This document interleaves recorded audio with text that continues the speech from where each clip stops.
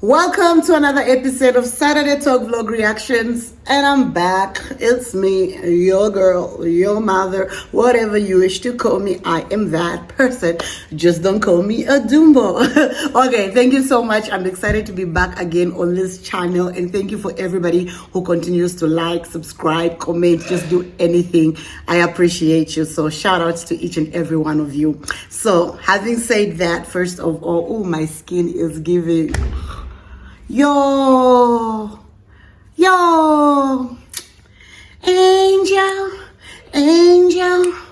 angel, black girl and a kiss 'cause you're an angel. I love that song. So anyway, let's get right into the story of the day. This is Saturday Talk Vlog Reaction. Saturday Talk Vlog Reactions.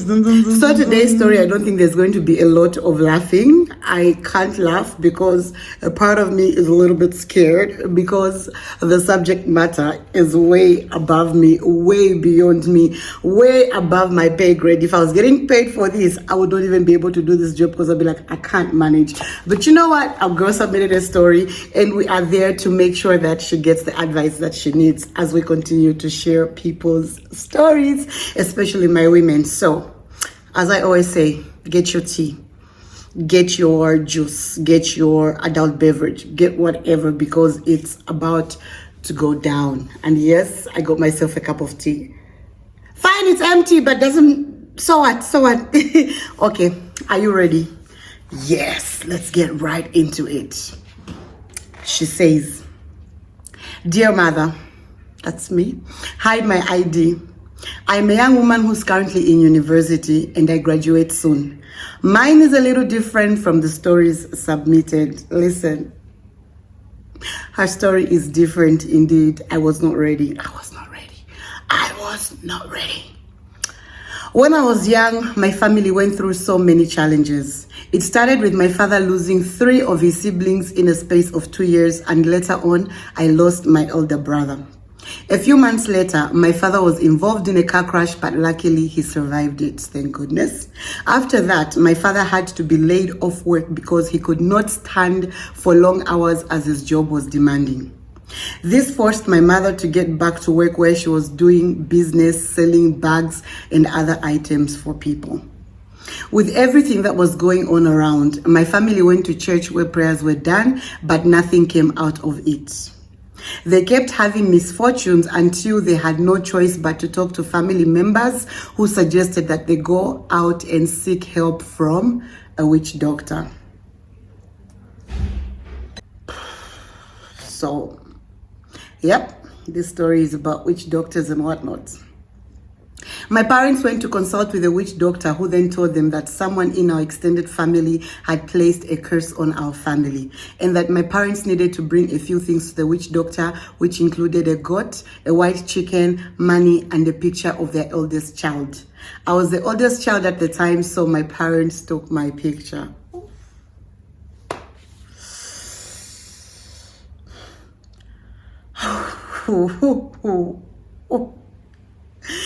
Okay, no, power has gone. And we're back from the short intermission. Let's continue. Thanks, Desco. Later on, the witch doctor came to our house where he performed rituals and also slaughtered the chicken in the backyard. We were all told to also go bath some concoctions and also drink something that made us all vomit. Afterwards, the witch doctor went with my parents into their bedroom where things were discussed which I did not know about back then. Later on, my parents sat me down and told me that all our problems were over, but said that I was given as some sort of sacrifice to ensure the safety of our home.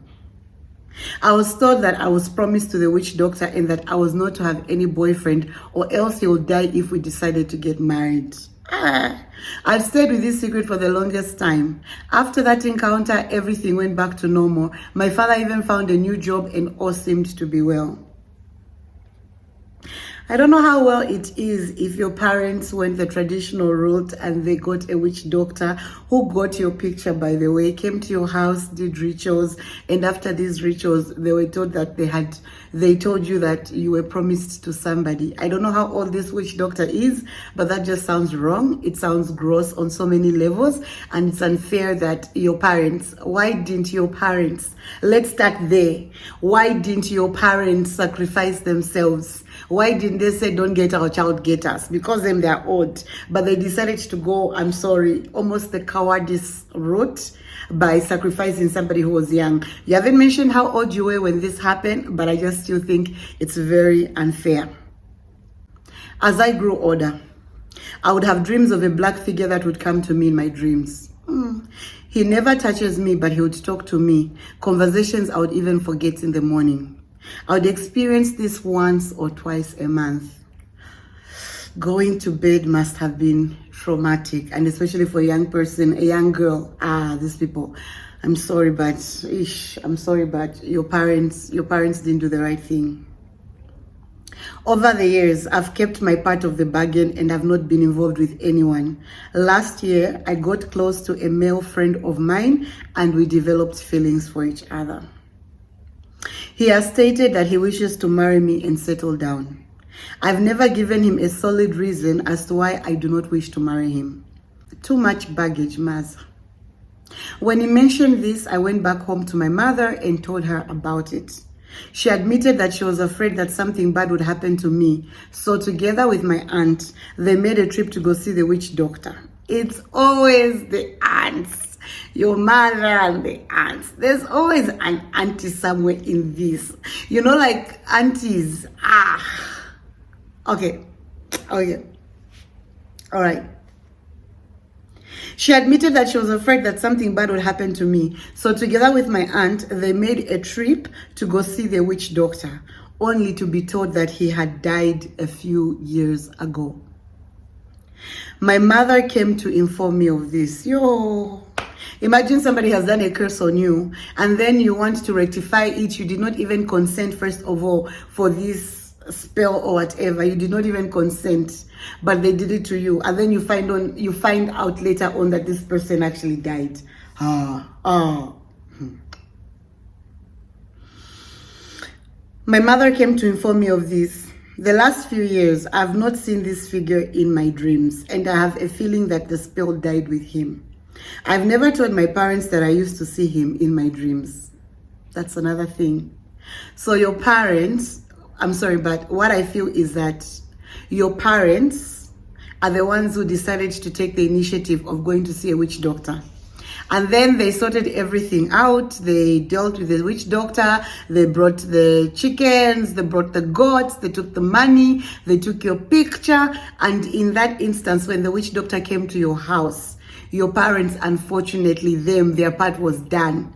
Because as far as they were concerned, whatever bad minyamu, bad omens were happening in your family were done. But because you were actually seeing this figure in your dreams and you've never actually communicated with your parents, they do not know, first of all, how far it's been. But the worst part is that I feel bad because their story ended after the witch doctor left. But for you, you're the one who's continued with this. Personally, I feel like witchcraft is almost like blackmail. You know, that thing where somebody knows something about you, right? And then they say that if you pay me or give me something in return, I will not share your secret. But it becomes a game of greed where they'll always keep on asking for more and more and more. So you can find that maybe even your parents were put in a situation where they had to keep on doing these payments. But from what your mother says, that the witch doctor died, that might not actually be the case, because if the witch doctor died, she would have known about it because she would not have been getting phone calls asking for payments. So I think there's still more to this story. So let's continue. I've lost where I was reading. Between this cold noise, anyway, let's go. The problem I have now is that I'm afraid of embarking on a romantic relationship with this friend of mine because I do not know what will happen if we decide to get married. I fear he will die. And listen, I'm not one of those people who believes in black magic, witchcraft, sorcery, and whatnot. But in this situation, I stick to my lane. I'm my business because you know why? I do not want to be put in a position or situation where I actually have to be like, okay, yes, it's real. So for me, I'm like, yes, it might exist, but I choose not to believe in it. So even in this situation, I'm like, girl, if your parents told you and you were also there, you experienced it, you saw what happened, I feel like you're the biggest witness to this. So you actually know whether or not this spell may actually come to pass or not. And I'll be worried for my boyfriend as well. The first time we were physical was fine. He was my first, but a few days later, he got sick and doctors could not really figure out what was wrong with him. Deep down in my heart, I was so sure it was the spell that made him sick.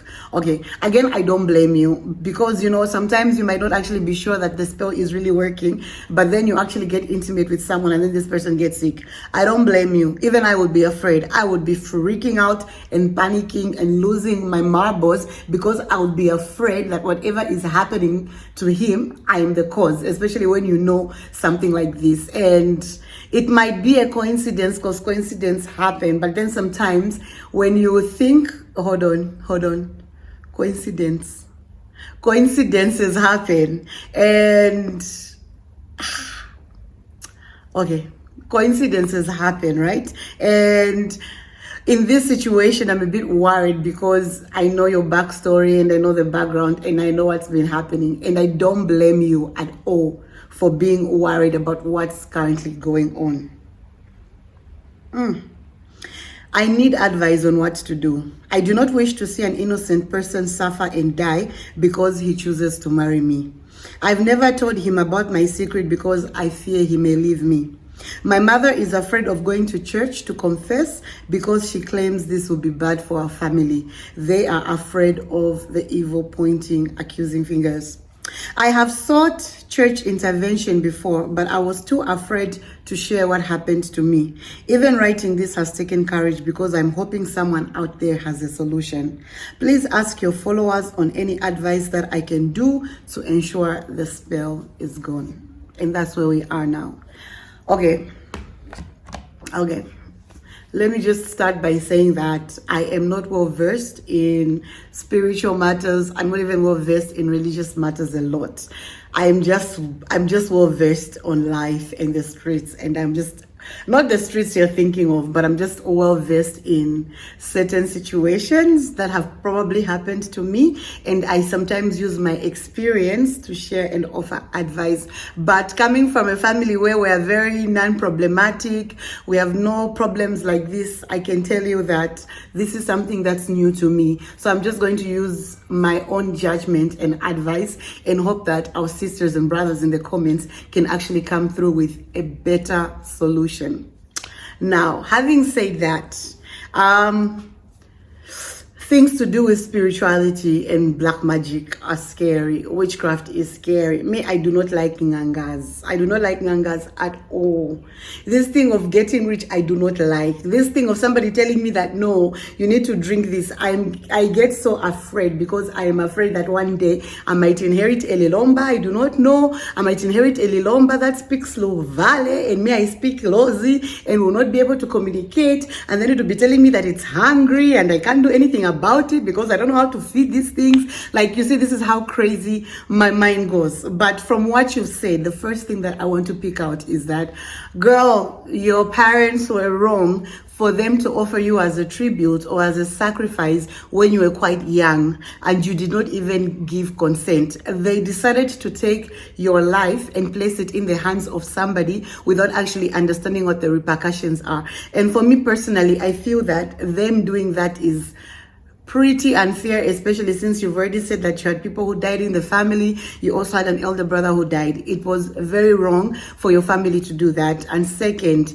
it's your body. They had to make sure that they gave consent because you said that when the witch doctor came, they did all those rituals, we did everything together, but the last part, they went in the bedroom. Why is it that the witch doctor came, everything was done in the open, but at the last minute, they decided to take things into the bedroom and then they just came to tell you what happened? Why is it that the witch doctor did not even address you? For me, it's already suspicious. I do not like that. I do not like that your parents did that. I do not like that your family did that. I do not like that you have then spent a couple of years having this black shadowy figure coming into your dreams, not touching you, but they're talking to you. But why are they talking to you? I know it's also just a violation of your body. It's a violation of your privacy. And the very fact, again, I'll repeat, that you did not consent to this is very unfair. I know that in our African traditional cultures, we're told to respect and honor our parents. Even the Bible says that. But if your parents are doing something that is actually going to jeopardize your way of life in the future, it's not right. Especially this thing telling a young person that if she ever got married, that the person she marries is going to die. Does this mean that your family wanted to make sure that you are destined for a life of solitude and loneliness? You are destined to leave this world alone? Why? Because everybody else is going to live their lives, but you are just going to be stuck in this time capsule serving the sins of your parents? Like, it's very unfair. It's very negligent on their part, and I don't know what the end game was. Thank you that you went back to your parents and you went back to your mother and talked to her. But this thing of the witch doctor dying, a part of me is I'm like, okay. But if you don't see the figure, I'm like, okay, maybe that spell has been lifted. But again, another part of me is like, you can never be too sure. You need to find ways in which you can actually come to the bottom of this. I don't want a situation where unfortunately you find out the wrong way, something happens to your husband. If you get married, you're not even going to enter that marriage in peace. First of all, from the time you get engaged, you will not have peace. The day of your marriage, the day of your wedding will not be a happy one, because you will not have peace. You'll be thinking about it, and because you've not even communicated this to him, you're going to be very worried, you're going to be moody, you're going to be nervous, you're not going to enjoy all the goodness that might come out of the marriage. For me, I suggest that one of the things you can do is actually have a conversation with your partner or your boyfriend or this guy who you're dating, because you said that you started out as friends. If you started out as friends, it's an opportunity for you to actually be open, and maybe he'll give a listening ear and come up with a solution. And then maybe you can also put his mind to rest as to why that you have been refusing to get married to him, you see? So I think that's also important. Open that channel of communication. And then I don't know what you can do. I don't know about prayers where people go who can pray for you. I know there are churches who do these prayers. I just worry that you're going to find yourself in the hands of a papa who might want to take advantage of your situation, and you start paying money again. Please do not do that. Find somebody, find a church, find a congregation of people who are actually genuine and interested in ensuring that they put your best interest at heart. And then the other thing I'm going to say is that please avoid going to any witch doctors. Again, please stay out of this. You can't go from one prison to the other. You can't go from one mistake to the other. Please, how many witch doctors will become involved in your life? It feels like your parents are deep in these things. I suggest that you actually cut them out of the equation, unless maybe with the church you go to, they want to have them there and they want to have this conversation. But cut your parents out of this conversation, because I personally feel like if they were negligent and ignorant enough to actually put you in this situation at the beginning, they might do it again. I know you're an adult now, but you know, I feel like a part of you wants to honor and serve and respect your parents. And that's the reason why you only came to your mother later on to tell her about this man who wants to marry you. But girl, you do not have to feel like you have to go through this alone, first of all. And second, you just need to find people who can help you. You need to just open up and say what's happening. This time, it's not about the picture that your family presents to the world. It's about you. It has to be a personal choice. It has to be something that you yourself know that you need to do, because you're not going to spend the rest of your life alone, or you're not going to enter a marriage worried that your husband is going to die and you're going to be widowed. Okay, so for me, one of the only times that I actually experienced some sort of Satanism, I think in one of my story times on social media, I had shared about a time that one of my friends at camp got demons, and then they had to pray for her, and then they prayed all night. They brought me into the circle. They were praying. We were there, and I got tired. And in the morning, they said that, no, this girl's demons are gone. I was like, hallelujah. But then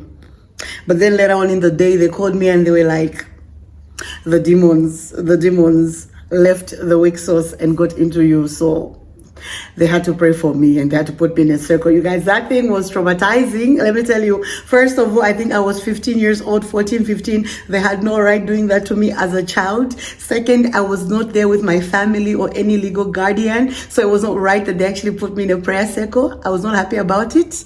I was not happy, but I couldn't talk because I was afraid they'll be like, no, those are the demons talking. So that stuff actually really scares me. I do not like it. The other time, it was when I was in school back in the day, and then these two girls, there was rumors that both of their fathers worked in the underground, and they worked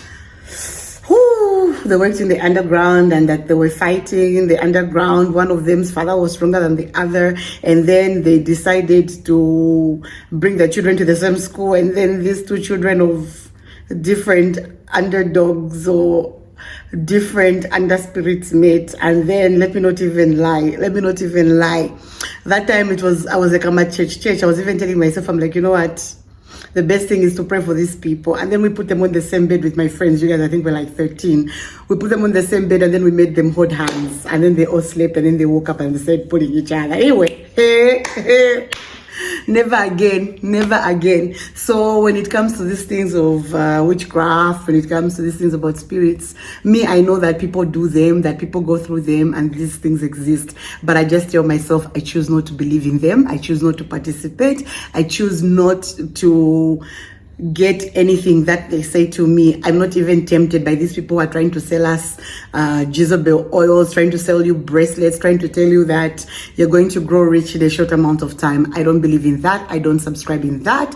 And I hope a lot of people do not do that, because at the end of the day, it's not worth it. And the repercussions are bad. And when you look at this story, even of this girl, when you listen to what she says and what she's been through, you realize that some of the actions and some of the things that we actually do have a long-term effect on the people who might be around us, and that's not just fair. You might think that you're doing it for a little thing, especially this thing where they tell you, no, bring this, or you people who want to get rich quick, and then you go and get somebody's photograph, they go pray for them, or you want somebody to fall in love with you, you take someone's innocent picture without their consent, you take to a witch doctor, you take to a nganga, and then you expect to do good, and you think that life is going to be good to you, when you don't realize that you actually sacrificed someone else's innocence to get your own financial gain. I don't think it's right. I don't think it's right. I don't think people should do it. I don't even like it. I don't even kumbwa people who do it. And of course, I judge all my friends or anybody who tells me they've done it. I just judge them. I'm like, why?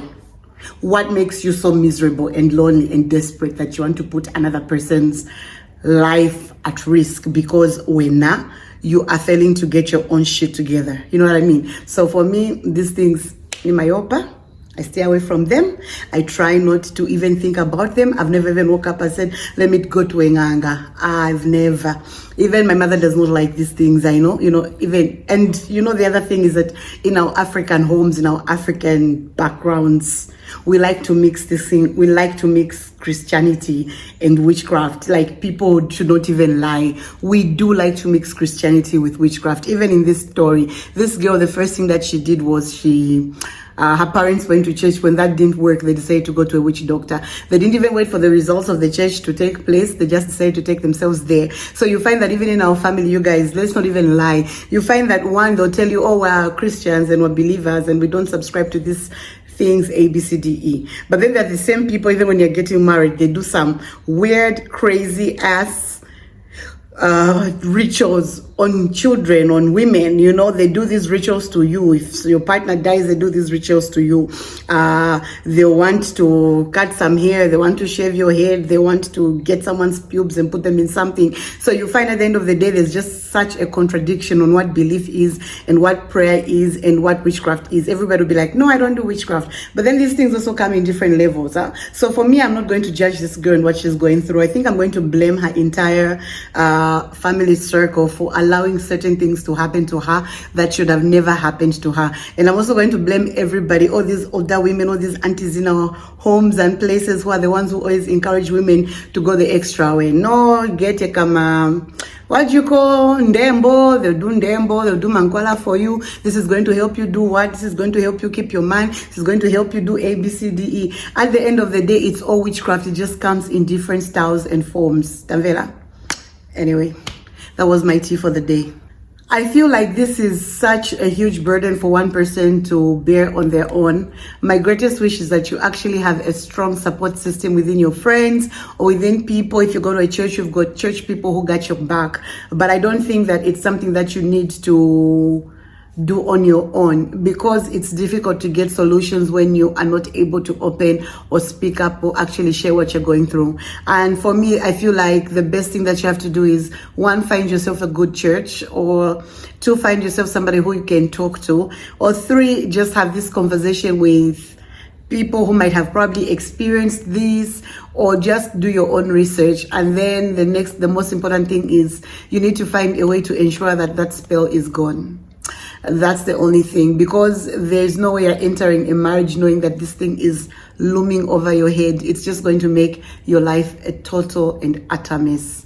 I wish I could do more. I wish I could give further advice, but I just pray and hope that you find solutions to what you're going through, and that eventually at the end of the day, if you really like this guy, I just hope that it works out for you. You two get married and you live a long and fruitful life. I'm just glad that your black dark figure is no longer manifesting itself in your dreams. I'm just glad that it's gone. But girl, let's just make sure that we are clear of all this. And also, I feel like you should just also confront your parents and tell them exactly what you experienced growing up, so that they know the severity of the case before them, and they should know that it's actually do or die, life or death. And please, whatever you do, do not marry this man and bring anything negative on an innocent person without actually sorting this out. Who knows? Maybe maybe he can actually have a solution. One never knows. The thing we can do is hope for the best. Thank you so much for submitting your story, and I hope that people in the comment section, my people, mature advice in the comment section, I hope that you're going to be there to ensure that our girl gets the best advice. Please continue subscribing, liking, commenting, sharing these vlogs. You don't know what they do to me. They just make me feel so good, because we're enabling like a lot of women's stories are heard all around the world. All around the world. Thank you so much for tuning in to this episode of Saturday Talk Vlog Reactions, and I hope we'll all be able to go to bed, because this one, it's left me a little bit scared, but you know what? I'm a champion. Goodbye and mwah.